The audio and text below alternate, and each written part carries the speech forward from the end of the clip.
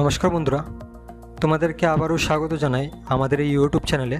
বন্ধুরা, আজকে আমরা কথা বলবো ক্রিকেট বিশ্বের সর্বকালের সেরা অলরাউন্ডারদের মধ্যে অন্যতম বাংলাদেশের খ্যাতনামা সাকিব আল হাসানকে নিয়ে, যিনি ওডিআইতে অলরাউন্ডার হওয়ার মাত্র 2 বছরের মধ্যেই 2011 সালে টেস্ট ক্রিকেটে 1 নম্বর কৃতিত্ব লাভ করেন। বন্ধুরা, ভিডিওটি শুরু করার আগে তোমাদের কাছে একটাই রিকোয়েস্ট থাকবে, তোমরা যারা এখনও আমাদের এই চ্যানেলটিকে সাবস্ক্রাইব করোনি, তোমরা এখনই আমাদের চ্যানেলটিকে সাবস্ক্রাইব করে নাও এবং পাশে থাকা বেল আইকনটিকে ক্লিক করে রাখো এবং আজকের এই ভিডিওটিকে কোনো রকম স্ক্রিপ্ট না করে সম্পূর্ণ ভিডিওটি শেষ পর্যন্ত দেখবে। সাকিব আল হাসানের জন্ম হয়েছিল 24 মার্চ 1987 সালে। বর্তমানে এখন ওনার বয়স চলছে 36 বছর। উনি মাগুরা, খুলনা, বাংলাদেশে জন্মগ্রহণ করেন। বাংলাদেশ ক্রীড়া শিক্ষা প্রতিষ্ঠান থেকে তিনি ওনার প্রাথমিক শিক্ষা গ্রহণ করেন এবং আমেরিকান ইনস্টিটিউশন ইউনিভার্সিটি বাংলাদেশ থেকে তিনি ওনার উচ্চশিক্ষা সম্পূর্ণ করেন। পড়ালেখা ছাড়াও সাকিব আল হাসান ভ্রমণ করতে কিন্তু খুবই পছন্দ করেন। ওনার পিতার নাম খন্দকার মাসরুর রেজা এবং মাতা শিরিন রেজা এবং ওনার একজন বোনও রয়েছে। 2012 সালের ডিসেম্বর মাসে সাকিব আল হাসান উম্মে আহমেদ শিশিরকে বিবাহ করেন। সাকিব আল হাসানকে ক্রিকেটের অন্যতম সেরা অলরাউন্ডার হিসেবেও কিন্তু বিবেচনা করা হয়। ছোটবেলা থেকেই সাকিব আল হাসান খেলাধুলার মধ্যে দিয়েই বড় হয়ে ওঠেন। ওনার পিতা ছিলেন খুলনা বিভাগীয় দলের ফুটবলার, তবে নিজে ফুটবলার হলেও তিনি কখনো চাননি ছেলে খেলাধুলার সঙ্গে যুক্ত হোক, বরং ছেলেকে ডক্টর এবং ইঞ্জিনিয়ারের মতন সম্মানিত পেশাদার মানুষ করে গড়ে তুলতে চেয়েছিলেন। কিন্তু ছেলে সাকিব আল হাসান নিজের সিদ্ধান্তে অনড় ছিলেন। পেশা হিসেবে ক্রিকেট জীবন শুরু করা ছেলেটির চোখে প্রথম বাংলাদেশের জার্সি গায়ে ক্রিকেট খেলার স্বপ্ন ছিল ভরপুর। 2001 সালে ক্লাস 7 পড়াকালীন দুর্দান্ত বোলিং এবং ব্যাটিংয়ের দক্ষতায় সবার নজরে আসেন সাকিব আল হাসান।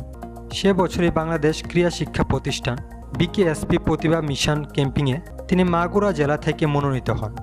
ছেলের এইরূপ উত্থান দেখে এইবার আর বাধা দেননি ওনার মা বাবাও।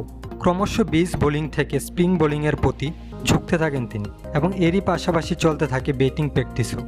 2006 সালে 6 আগস্ট 16 বছর বয়সে আন্তর্জাতিক ক্রিকেটে অভিষেক হয় ওনার।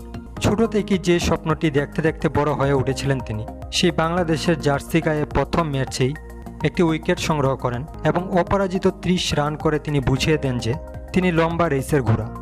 এরপর 2007 সালে টি-20 বিশ্বকাপে 202 রান করে এবং 60টি উইকেট সংগ্রহ করার পর দলে পাকাপাকিভাবে জায়গা করে নেন তিনি। ফলে সেই বছরই 18ই মে ইন্ডিয়ার বিপক্ষে টেস্ট সিরিজে অভিষেক হয় ওনার। এরপর আর পিছন ফিরে তাকাতে হয়নি ওনাকে। একের পর এক রেকর্ড করে তুখরভাবে এগুতে থাকেন তিনি। 2009 সালে নিউজিল্যান্ডের জ্যাকব পুরামকে পিছনে ফেলে তিনি হয়ে ওঠেন বিশ্বের সেরা অলরাউন্ডার। এরপর কিছুদিন বাদেই বাংলাদেশের জাতীয় দলের অধিনায়কের দায়িত্বও তুলে দেওয়া হয় ওনার হাতে।